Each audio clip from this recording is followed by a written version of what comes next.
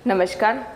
आज की इस वीडियो में हम बात करने वाले हैं राम भक्ति शाखा की, जिसके अंतर्गत हम राम भक्ति शाखा में जो प्रसिद्ध संत रहे जिन्होंने राम के ऊपर अपने ग्रंथ लिखे, उनकी भक्ति का वर्णन करते हुए उनके बारे में लिखते हुए अपने जो ग्रंथ लिखे हैं, उन सभी कवियों के बारे में, संतों के बारे में हम इस वीडियो के माध्यम से जानेंगे।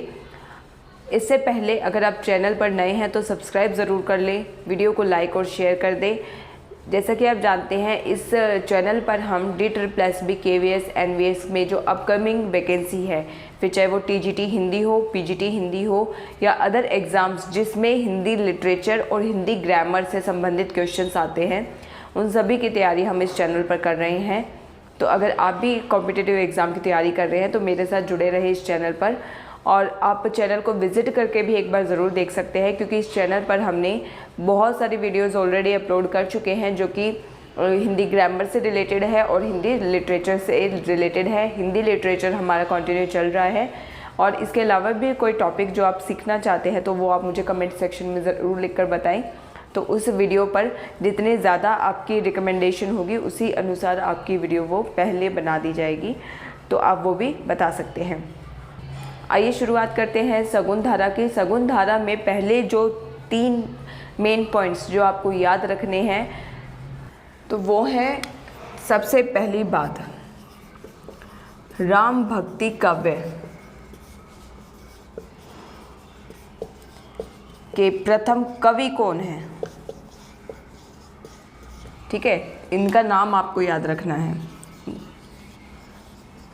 ये क्वेश्चंस इजीली आपको ना तो कोई पढ़ाएगा और ना ही आपको कहीं देखने को मिलेंगे, क्योंकि ये रेयर क्वेश्चंस है लेकिन जिनके एग्ज़ाम में आने के चांसेस रहते हैं, तो वो मैं आपको यहाँ इस वीडियो के माध्यम से बता रही हूँ। षटकोप जो है आलवार संत है।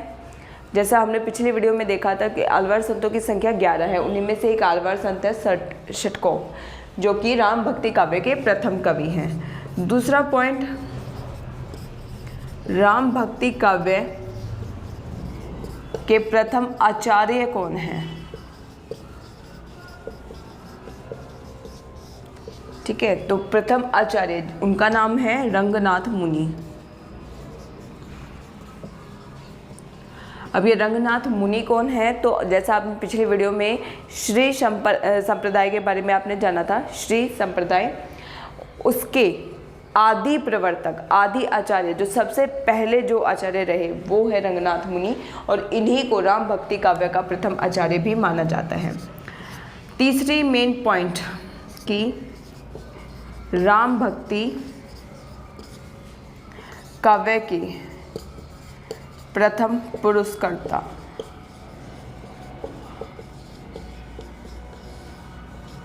कौन माने जाते हैं, किनको ये सम्मान दिया जाता है, तो वो है रामानंद। रामानंद के बारे में ही कबीर ने भी लिखा है अपने दोहे में, इम्पोर्टेंट दोहा है वो। तो रामानंद को प्रथम पुरस्कर्ता माना जाता है। ये 3 नाम आपको याद रखने हैं जो कि राम भक्ति काव्य में प्रथम कवि, प्रथम आचार्य और प्रथम पुरस्कर्ता कौन है। ठीक है, तो अब जो राम भक्ति शाखा है इसमें 2 कवि बहुत इम्पोर्टेंट रोल, भूमिका अपनी जो निभाते हैं, वो है एक तो रामानंद और दूसरे तुलसीदास, है ना। तो आज की इस वीडियो में हम बात करेंगे रामानंद के बारे में, और रामानंद के साथ साथ जो 2-3 और महत्वपूर्ण राम कवि रहे हैं, राम काव्य को लिखने वाले कवि रहे हैं, उनके बारे में चर्चा करेंगे। और इससे जो नेक्स्ट वीडियो आएगी उस पर हम तुलसीदास जी के बारे में चर्चा करेंगे, क्योंकि तुलसीदास अपने आप में एक काफ़ी बड़ी वीडियो उन पर बन जाएगी, क्योंकि उसके अनुसार बहुत ज़्यादा क्वेश्चंस तुलसीदास से पूछे जाते हैं। तो उन सबको कवर करने के लिए ही एक अलग से वीडियो बनानी पड़ेगी, तो वो तुलसीदास जी के बारे में हम नेक्स्ट वीडियो में चर्चा करेंगे। आज हम रामानंद और अन्य कवियों के बारे में चर्चा करते हैं।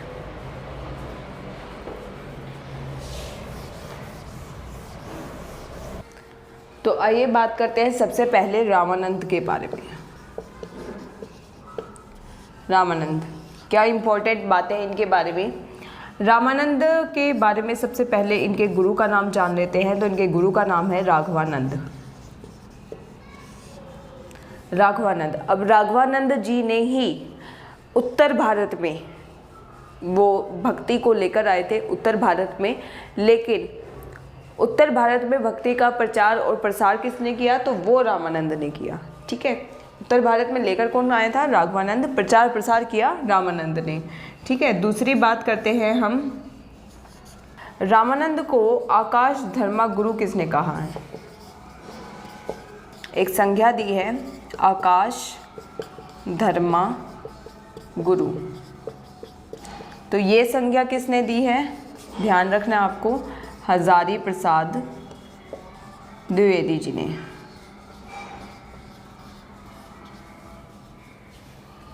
तीसरा पॉइंट, रामानंद ने एक संप्रदाय की स्थापना की जिसका नाम था रामावत संप्रदाय। ठीक है, रामावत संप्रदाय जिसकी स्थापना की रामानंद ने, और इस संप्रदाय के लोग क्या कहे जाते थे? तो वैरागी, वैरागी कहे जाते थे। रामावत संप्रदाय के लोगों को वैरागी बोला जाता था। चौथी बात, रामानंद जो हैं वो 14वीं सदी में थे, ये आपको ध्यान रखना है। इनकी जो महत्वपूर्ण रचनाएं हैं वो देख लेते हैं। पहली रचना है वैष्णव मताब्ज,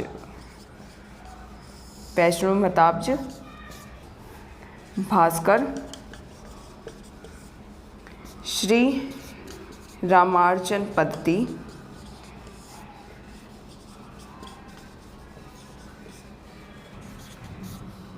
योग चिंतामणि,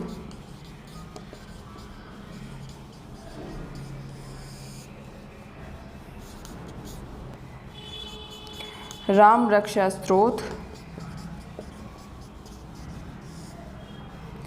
और आनंद भाष्य।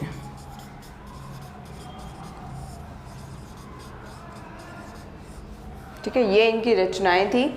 रामानंद के कुल कितने शिष्य थे? तो 14 शिष्य थे, ये आपको ध्यान रखना है। शिष्यों की संख्या 14 थी। कबीर भी इन्हीं के शिष्य थे, धन्ना, पीपा, सेन, ये सब इन्हीं के शिष्य थे, और भी कई सारे इनके शिष्य हैं। तो कुल मिलाकर इनके शिष्यों की संख्या थी 14। ठीक है, रचनाओं के नाम आप ध्यान रखने, वैष्णव मताब्ज भास्कर, श्री रामार्चन पद्धति, योग चिंतामणि, राम रक्षा स्तोत्र और आनंद भाष्य, ये इनकी रचनाएं रही। एक और इम्पोर्टेंट बात याद रख लें आप कि रामानंद संप्रदाय की गद्दी, रामानंदी गद्दी जिसको कहा जाता है, वो कहाँ स्थापित हुई? तो अजमेर के गलता में, अजमेर में। और किसने स्थापित की? तो कृष्णदास पैहारी, इन्होंने इस गद्दी की स्थापना की।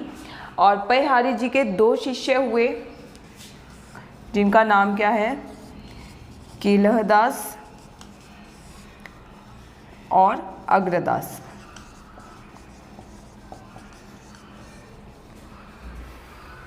तो ये तो था रामानंद जी के बारे में कुछ इंपॉर्टेंट बातें जो आप याद रखें, जो क्वेश्चन में पूछी जा सकती है और पूछी भी गई हैं।